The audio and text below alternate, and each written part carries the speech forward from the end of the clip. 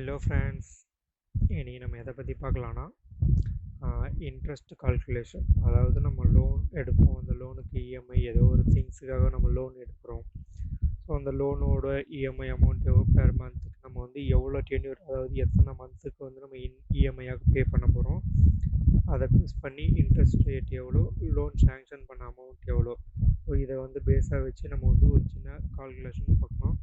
இதை வந்து சேம் ஃபார்மேட்டில் வந்து தான் எல்லாமே இன்ட்ரெஸ்ட் வந்து அந்த ஷெட்யூல் வந்து ப்ரிப்பேர் பண்ணுவாங்க. எக்ஸாம்பிள் பார்த்தீங்கன்னா டென்யூர் பார்த்தீங்கன்னா 12 மந்த்து. அதுக்கப்புறம் லோன் வந்து சேங்ஷன் பண்ண லோன் அமௌண்ட் பார்த்தீங்கன்னா 66,000. ரேட் இன்ட்ரெஸ்ட் ரேட் பார்த்தீங்கன்னா இன்ட்ரெஸ்ட் போடுவோம். இன்ட்ரெஸ்ட் பார்த்தீங்கன்னா 18.29%.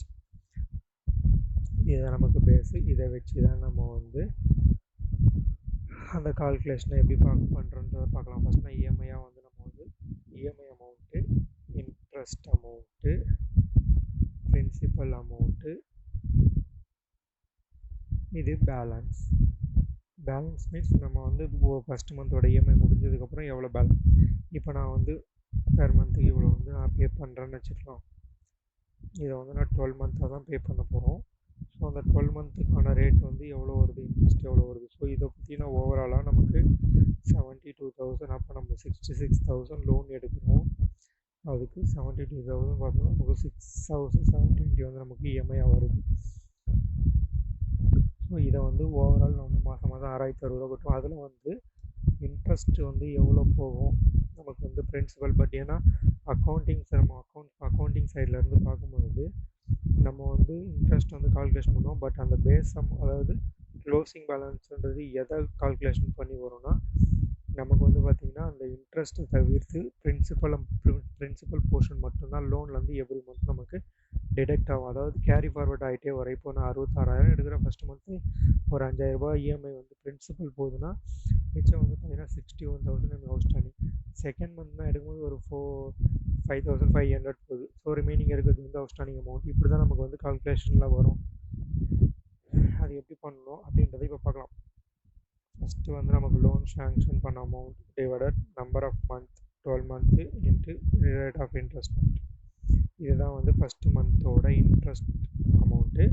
தென் பிரின்சிபல் வந்து பார்த்திங்கன்னா இந்த அமௌண்ட்டில் இருந்து 6,060 6,006 ருபீஸ் நம்ம லெஸ் பண்ணுவோம். அப்போ 5,054 வந்து நம்ம அந்த மந்தோட பிரின்சிபல், ஃபஸ்ட்டு மந்தோட பிரின்சிபல். இது வந்து ஃபஸ்ட்டு மந்த்.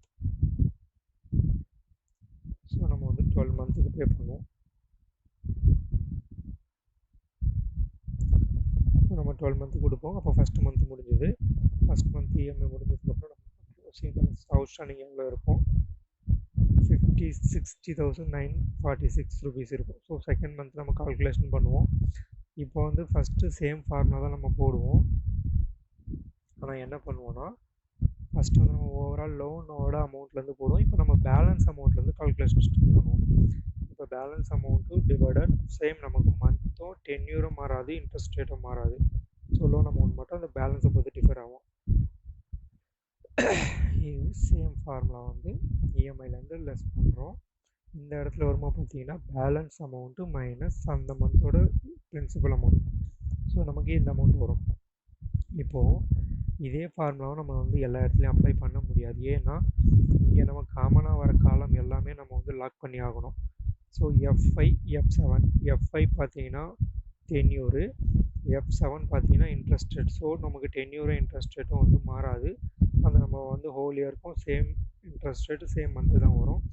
நமக்கு வந்து பார்த்திங்கன்னா இதில் எது சேஞ்சஸ் ஆகும்னா க்ளோசிங் பேலன்ஸ், அதாவது அவுட்ஸ்டாண்டிங் அமௌண்ட் தான் டிஃபர் ஆகும். ஸோ அதை அதை தவிர்த்து மிச்சம் நமக்கு ஸ்டாண்டர்டாக வர ரெண்டுத்தையுமே நம்ம 2 காலமும் நம்ம லாக் பண்ணலாம். இப்போது F7 நான் லாக் பண்ணுறேன், F5 நான் லாக் பண்ணுறேன். இது லாக் பண்ணலன்னா என்ன, அந்த கால்குலேஷன் படி நம்ம லாக் பண்ணலன்னா என்ன ஆகும்னா,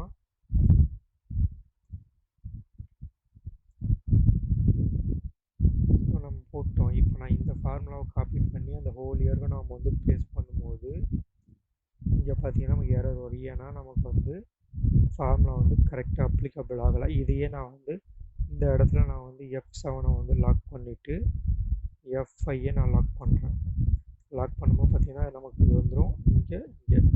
ஸோ இப்போ நான் வந்து காப்பி பேஸ்ட் வந்து அந்த ஹோல் இயருக்கு நான் பண்ணும்போது நம்ம அமௌண்ட் வந்து எல்லாமே மேட்ச் ஆகி நமக்கு 0 வந்துடும். ஸோ இதை பார்த்தீங்கன்னா நமக்கு ஓவரால் வேல்யூ பார்த்தீங்கன்னா 72,720. ஸோ நம்ம இன்ட்ரெஸ்ட் நம்ம கால்குலேட் பண்ணுவோம். ஸோ நமக்கு இன்ட்ரெஸ்ட்டும் அதே தான், நம்ம இஎம்ஐ பிரின்சிபல் அமௌண்ட்டை கால்குலேட் பண்ணுவோம். ஸோ அதே தான் இப்போ நம்ம பார்த்தீங்கன்னா நமக்கு ஓவரால் லோன் அமௌண்ட் வந்து 66,000. ஸோ நம்ம பே பண்ணது 72,000. ஸோ 6,720 நமக்கு வந்து இன்ட்ரெஸ்ட்.